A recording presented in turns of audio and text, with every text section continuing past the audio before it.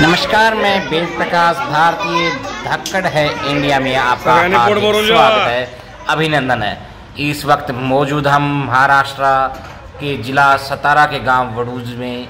यहाँ पर अन्ना भाऊ साठे जयंती बड़ी धूमधाम से मनाई गई और स्कूली बच्चों को भोजन करवाया गया।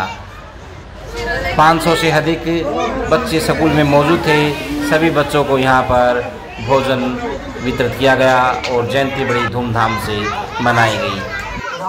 कार्यक्रम के संयोजक रिपब्लिकन पार्टी ऑफ इंडिया ए के खटाव तालुका अध्यक्ष सागर भिलारे थे। देखिए कार्यक्रम की एक झलक एवं धक्कड़ है इंडिया की एक खास रिपोर्ट।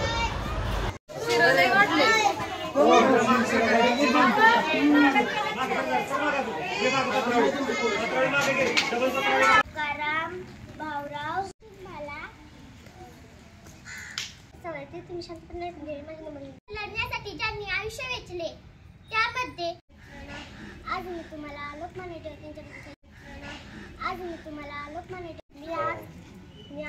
टिळकांच्याबद्दल लढण्यासाठी ज्यांनी आयुष्य वेचले त्यामध्ये